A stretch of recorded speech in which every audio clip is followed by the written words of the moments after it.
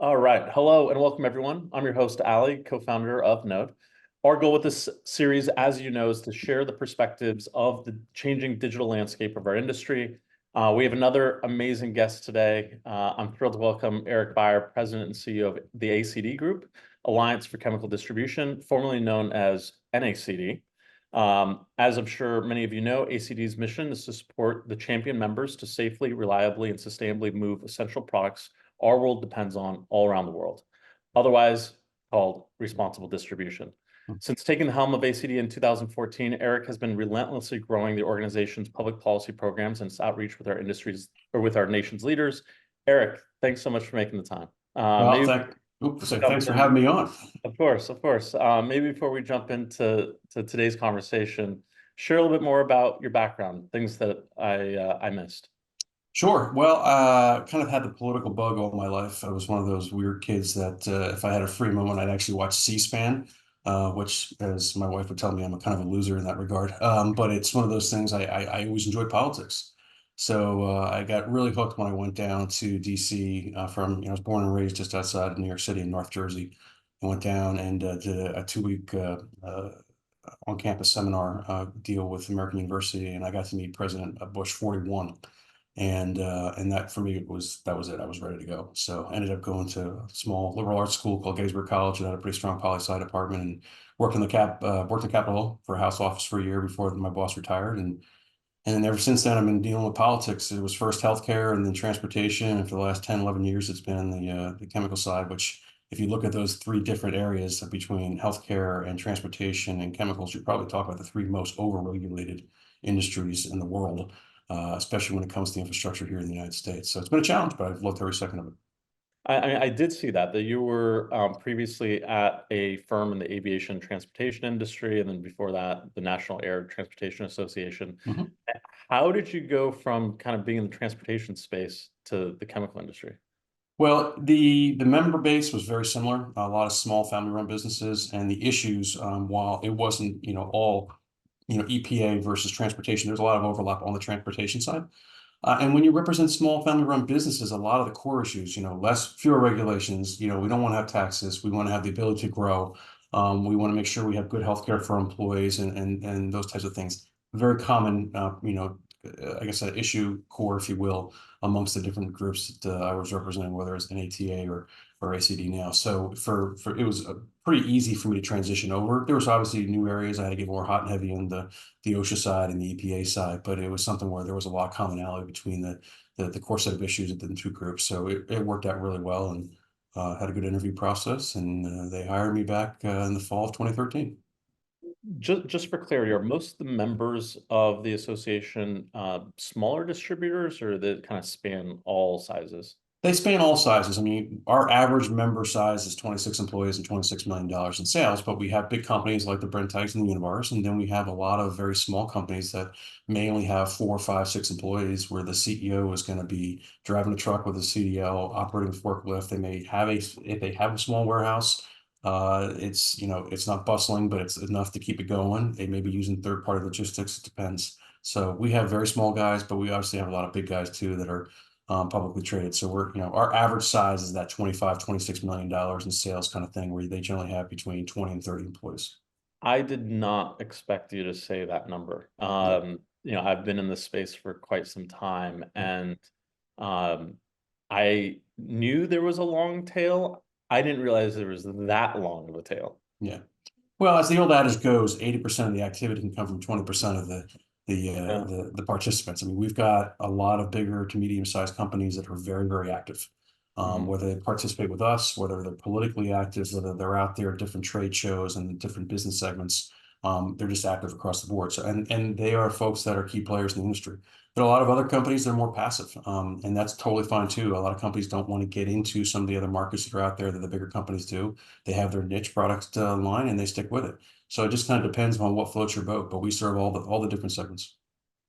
What's your estimate of the number of distribution companies in North America? Well, that's a great question because it continually changes. I mean, we represent about 240 or so distribution companies, if you will. And I would say economic activity wise, they're anywhere between 80 to 92% of all the throughput in the United States. So if you take that number and you look at what's left, you're probably talking legitimate distribution companies in the chemical space outside of the 240 we represent, probably another, 240, 250 on top of it. So 500 to 600 people say there's thousands of them, and technically they could, depending upon a variety of different descriptions. But if you're talking about legitimate chemical distribution companies, there's maybe 600 or so that are out there. We represent most of the big boys and most of the activity in that space. Got it. I noticed that your organization changed names this last year, and it seems like Yeah, it was more than just a simple name change. I mean, yeah. I'd love for you to talk about, the rebrand and, the organization's vision moving forward. Sure. Well, it started about 2 years ago. I was out in Nashville having my review with my executive committee, and we were talking about membership and looking at the flight path of what we wanted to do in terms of growth. And it kept coming up, and it had been coming up for years. I mean, hearing it ever since I started back in 2013, 2014, but people don't use the term distributor as much talking about their business. They could talk about handler, service provider, whatever it may be, solution product, you name it, everybody, marketer, you name it, we hear all the different terminology. But distributor was not one term that a lot of people really use much. And so we said, well, why don't we evaluate the situation? I mean, we've been NACD for 50 plus years, and maybe it's time to look at a different way to describe who we are. So we went through that process. It was a good one. I mean, you had certainly had your moments where you were frustrated. I lost all my hair, as you can tell, due to the conversations at times. But it was one of those things where ultimately we got to a point where we knew we wanted to continue our presence in Washington and at the states when it came to legislative and regulatory. And we also knew that we wanted to keep the term chemical. A lot of people look at the term chemical and they say, well, that's the devil incarnate. You guys are the bad guys and all that kind of stuff. We were very clear. We're not losing who we are. We're definitely in the chemical space. But the distribution side, just changing distributor to distribution, allows you to represent more of the folks up and down the supply chain. And that's who we are representing now. And what we want to get to is having more folks under the umbrella. And our regular member category, which has traditionally been kind of the old brick and mortar industrial chemical distributor, will still very much be in that case. We'll still keep all of our 240 distributors out there, but the term regular member now will be more encompassing to allow companies that want to go through responsible distribution as a means to be in the organization. And if you go through RD, in theory, we think and we're working on some bylaws changes. We're going to get a board approval here fairly soon. But the idea is if you go through responsible distribution, whatever line you might be in, you will become a regular member and thus a voting member of the Alliance for Chemical Distribution. The alliance part was a nuance that I was really focused on because alliance really means coalition building, getting very hot and heavy onto the political side of things, regulatory, grassroots efforts, whatever it may be in that political space, public policy space. So for us, we do a lot more of that than we ever have. I mean, we are participating in a host of different coalitions. We lead a whole bunch of them ourselves. We're fighting a whole bunch of different rule makings that are coming down from the EPA, and we're leading a whole bunch of those efforts themselves. So for us, the alliance was kind of a good proactive term to say we're out there leading the charge, working on public policy at the betterment of our members. Got it. I mean, you're talking to everybody in the market, so you've got a pretty unique perspective on what are the trends, what are people talking about right now, and where would you say the key focus areas are for your members? Well, I mean, if you're going to look from an operations and business perspective, obviously there's a lot going on. I mean, M&A is obviously something that's always a concern, just based upon who they are and how they're going to grow. But I think you look at taxes, you look at the regulatory actions coming out of this administration that are, to be frank with you, it is probably the worst we've ever seen it. And I think it's going to be crippling if it continues to happen over the next 2 to 3 years. A lot of small family-run businesses are going to throw the white flag up and say we're done because I can't make money and grow a business and do things safely and securely because of the administrative burdens being placed on us by this administration. And by the way, those administrative burdens really are not going to produce any enhanced safety. I mean, that's a real huge concern for us. So the regulatory side is going to be a big issue. Taxes are always a big issue. I think making sure you keep good quality talent on your staff, that is always an issue, and it's more so than it ever has been, is trying to keep people under the tent. Whether it's from our office and we're trying to recruit good folks and keep them there for more than 2 or 3 years, to our member companies on the sales side, the operations side, or the leadership side. They're always looking at talent and they're trying to find ways to not only attract them, but keep them. Sometimes you forget about retention. because you're trying to get the next thing. And retention is key if you want to be successful. And if you look Yeah. at the really well-run companies in our industry, let alone other industries, is they've had good senior management that have stayed there a long time and a really happy membership, employee base that's been there for a long time. If you go see some of our companies, they'll have drivers that have been with them operating their trucks for 30 plus years. They'll have folks in the back office, and the administrative side or the financial side that have been with them for 25 years. It's because they enjoy who they work for and the company puts back into their betterment as well. We as well spend a lot of time with distribution, and there's probably three key topics we hear most often. One is sustainability, and I'm sure you got a point of view on that. Second is talent, and the third one, which is near and dear to our heart, which is all things, digital and digital transformation. Um, I wouldn't mind, 30 seconds, of thought around, sustainability, and just so, Sure. how are your members thinking about that? And then how much the top, I know, the core focus of your association is not digital, but does that topic come up as especially amongst your smaller members? Sure. No, well, I mean, sustainability is a tough topic. One, because it's still very poorly defined, and it really depends upon the audience you have to, report to, work with, deal with, however the term may be. So if I'm a distributor and I work with a handful of manufacturers and they have different, sustainability type programs that are either beholden to some of the thoughts that you see across the pond in Europe versus what you see in South America versus what you see here in the States, it's a very challenging subject because the manufacturers will have a variety of different tenets within their programs, and our guys fit into that role because they may deal with them distributing their product. And so they have to do certain things. Just depends really upon the company. There's no uniformity to a lot of the sustainability stuff that's out there. And I think that's a frustration and a concern our guys have is we only have so much money. We cannot sit there and spend oodles and oodles of cash trying to keep certain entities happy based upon what they want for sustainability. And because sustainability, A, is poorly defined even to this day, in my opinion, and B, it changes all the time. I mean, the guys in Europe have some visions and they frequently change those visions. Here in the United States, I would say it's a little more reserved and I think it's a little more practical, but still it's tough to deal with a topic when you don't understand what it means to your company, how you're going to implement it, and what the cost is going to be behind it. That's a challenge our guys have had to deal with for years now. They're going to continue to deal with it until there's probably some standardization as to what exactly sustainability is and what it's going to mean for the chemical space altogether. On the digital side, I think digitization has been one area where our guys have slowly warmed up, but they're into it a lot more now because they have to be. So whether it's from things like getting rid of this typical phone orders and using e-commerce and and websites that have e-commerce back pages that can utilize and potentially do orders versus the cyber side of things, and especially on security. If you look at product fraud and theft that's going on in our industry, it is very rampant at this point, to the point where we actively work with the FBI and DHS to ensure that our members have the tools they need to identify what's going to be out there. You throw in artificial intelligence and how that can be used as a means to essentially duplicate what a real live transaction would look like, for a purchase order, for example, of a product that they're going to put in. It's almost flawless from what we see our member companies provide to what AI can actually mimic. And so these types of things, our guys are really trying to get a handle on. And AI isn't the worst thing in the world. I still have a lot of learning to do when it comes to artificial intelligence and the different packages that are out there. But the one thing I do know is there are pros and cons to everything. We have companies that are using AI as a means to, weed out some of their sales leads and get to the folks that they actually think they can bring on board.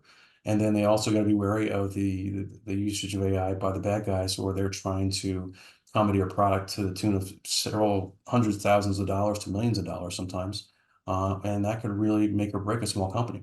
So, depending upon how you define digitization, I think you look at the real world implications of, making sure inventory and purchase orders through an e-commerce platform are key, making sure you protect the product that you're transporting through not falling into traps like fraud and cyber theft, which is front and center and something that we continue to focus on and try to educate our members about the latest developments. These are all things that are really hot and heavy in our industry right now as being big priorities. Yeah, I mean, we're certainly seeing a shift, and I think it probably happened about 2 or 3 years ago, where you know everything that you mentioned, plus the organization of all of their data, is Yeah. becoming a very high priority topic. Yep. Uh, it's actually overwhelming as to how much data a lot of these distributors are sitting on, and I think not just finding efficiencies in the organization with the data, but like, all sorts of insights around their products and customers and all that. I want to actually go back to an earlier topic just because I'm fascinated by it and I don't know as much about it as I probably should. You said earlier that some of these smaller distributors are getting frustrated and are considering to wave the white flag because of all the restrictions that have come in with this administration. Can you just give me one example of like what that looks and feels like? Sure. So if I'm a small company and getting back to our average core size, say 25 employees, let's say I've got a whole bunch of sales folks but I maybe only have one or two regulatory compliance folks. I deal with has and nods has projects. I'm sorry, has and not hazardous products potentially. The risk management proposal that came out of EPA. There's a Clean Water Act that came out, a rule that came out of EPA. Some of these rules, when they actually take effect, will end up putting a huge administrative burden on some of our companies to the point where paper pushing may become so overwhelming that instead of having maybe one person that's doing it half time, they're going to need 3 or 4 people. When you're a small business and you're only, at the 25 employee level, and you've got a couple salespeople, you got a couple people driving a truck working in your warehouse, you got a couple people on the admin side. If you're adding 3 or 4 people to your size company, you're talking about another 15–20% number of people. That's a big cost. And the question is I'm complying with new rules that are coming down the pike that don't improve how I run my business, how I grow my business, or how I make my business safer or more secure. Why am I in this business? And I'm not trying to say to people, get out of this business. We have a really great community and it continues to grow. But there are frustrations with folks. Whenever I ask my folks, what's the number one concern you have? It is the regulatory overreach of the federal government and sometimes the state governments, because they're like, look, we do things so well, so safely. I mean, one of the data points we've used for years is we're twice as safe as the manufacturing segment.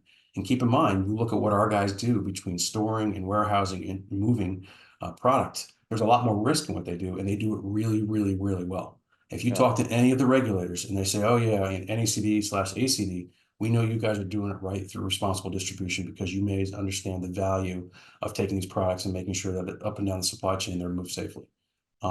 Most groups and most companies, the participant groups, can't say that.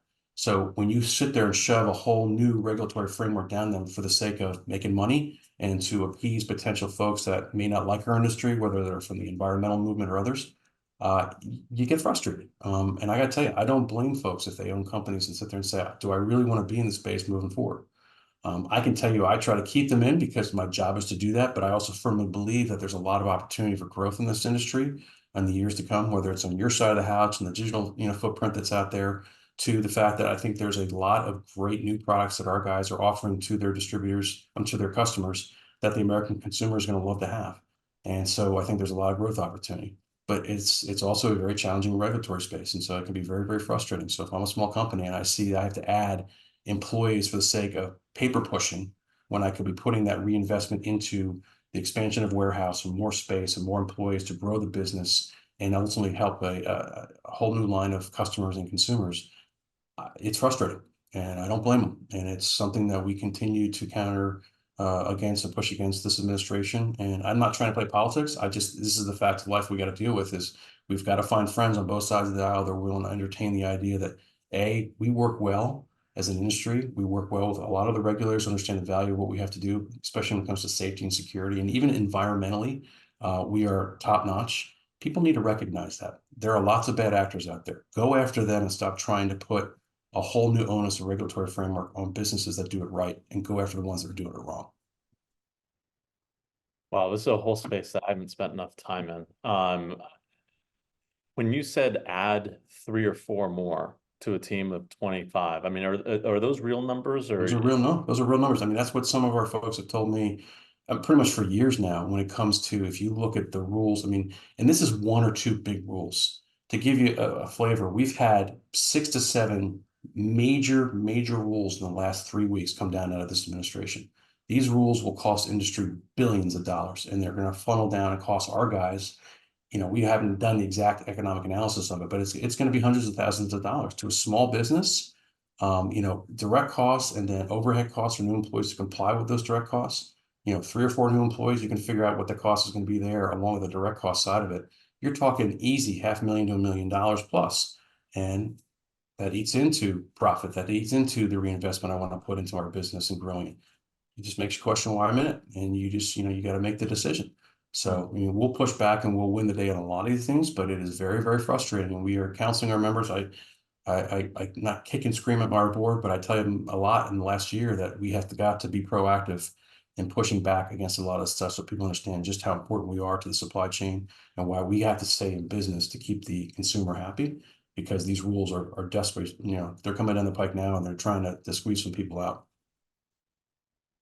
Obviously, because of the role that I'm in, my head is spinning in terms of like how digital can help support Yeah, these yeah. processes, Mhm. so that it's not just all manual paper pushing. Yeah. But that's a whole nother conversation. Well, if you get the federal government to understand what digitalization is, let me know, because that's a whole nother story.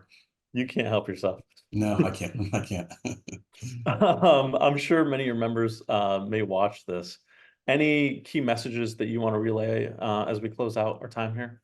No, one of the things that I was telling you earlier is it's a great space because it continues to evolve. Our guys are really forward-thinking individuals. While they may have to play defense on regulatory stuff, they also recognize that I have opportunities. And you look back at COVID a couple of years ago, and our folks were front and center when it came to the distribution of things like anything that had to do with cleansing and sanitizing and face masks and all that kind of stuff that came down. Our guys were the key. We were deemed critical infrastructure by the Department of Homeland Security, and we were ones delivering product even for ingredients within, a whole bunch of the drugs that are used, obviously including the vaccines. So our folks are front and center, always there, willing to find ways to make situations that are challenging opportunities for growth. And that's something I've always found really cool about our folks is they really know how to make hay out of some really incredibly challenging situations, and they continue to grow doing it. So I think our guys are going to continue to do that. I think there's great opportunities ahead, and I think your space, especially on the e-commerce side, that kind of thing, we have opportunity to grow, and I think it's going to make their businesses that much more successful and larger in the long run. So I'm looking forward to it. Eric, thanks for your insights. Our audience always loves these short, informal conversations. They're helping shape our industry, or with folks that are helping shape our industry. So thank you for everything that you're doing to move this space forward. Appreciate Thank the you for time. having me on. Thanks so much. I appreciate it. Yeah, take care.